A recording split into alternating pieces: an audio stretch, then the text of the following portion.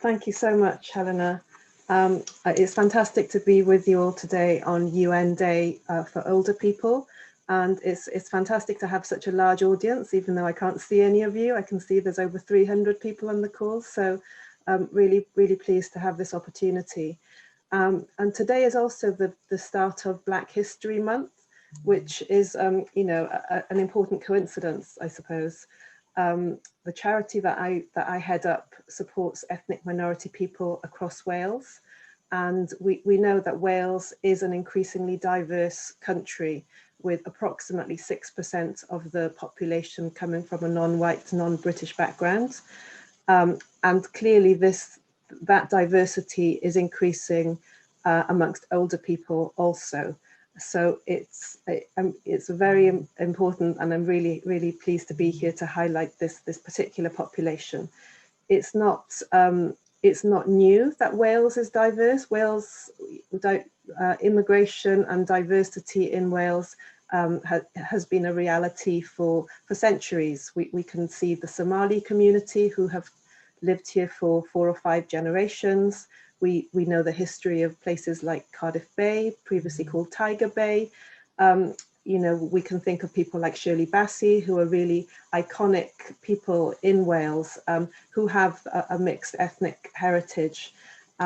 We've had Italian, Polish communities settle in Wales, Chinese, and more recently Middle Eastern. So it's a rich melting pot, but people, if they're lucky, if we're the lucky ones, we do get older, and this is important to recognise that the older population in Wales does include a growing proportion of people who are not, possibly were not born here, or may have been born here but have different cultural, religious, linguistic backgrounds. They have the same needs as everybody else in terms of physical, emotional needs, very similar to what we heard so beautifully illustrated by Margaret. I really enjoyed that contribution. But I think just additional dimensions to be aware of. So language and culture can be barriers to accessing care or support if that hasn't been thought about or put in place. Equally, food is equally crucial. We all need food to stay alive, and so it's important to think about how food's provided to older people who are maybe being looked after in care homes, or having foods delivered to them for various reasons, how that needs to be appropriate and sensitive to different cultural and sometimes religious needs. We're seeing increasing levels of dementia as we are amongst the general older population. But if we think about the kind of dementia support that is very popular and effective for older people with dementia, which relies on things like music and songs from the past, we maybe need to think a little bit about how we can make some of that provision and support culturally sensitive. So we may need to think about bringing music or support from different countries to support that certain populations of older people.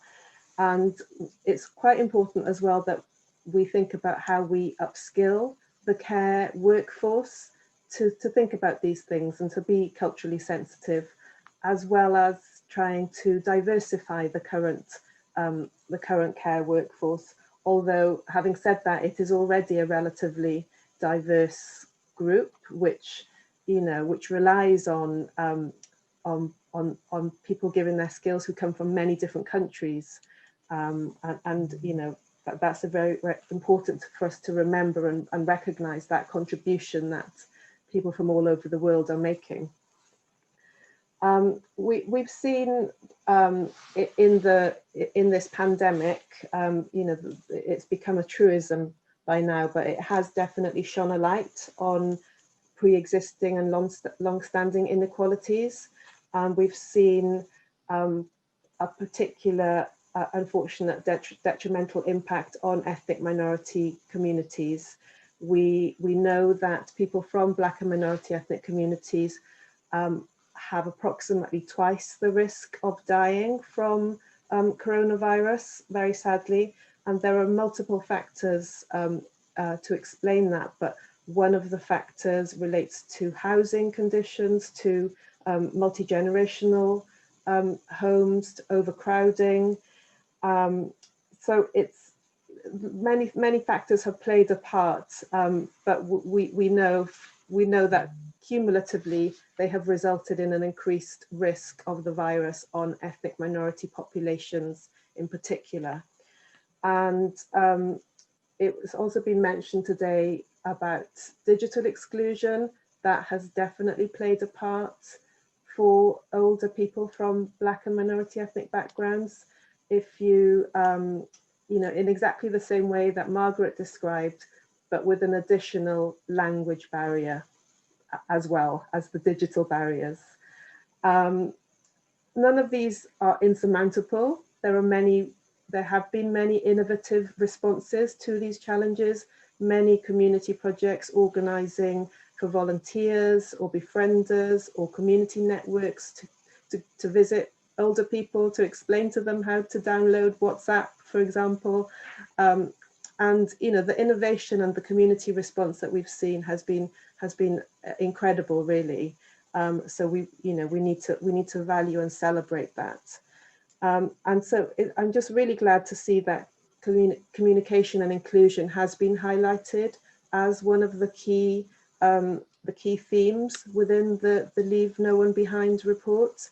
I think it's certainly one of the crucial messages that I would like to give everybody today, that inclusion is digital, cultural, linguistic, financial.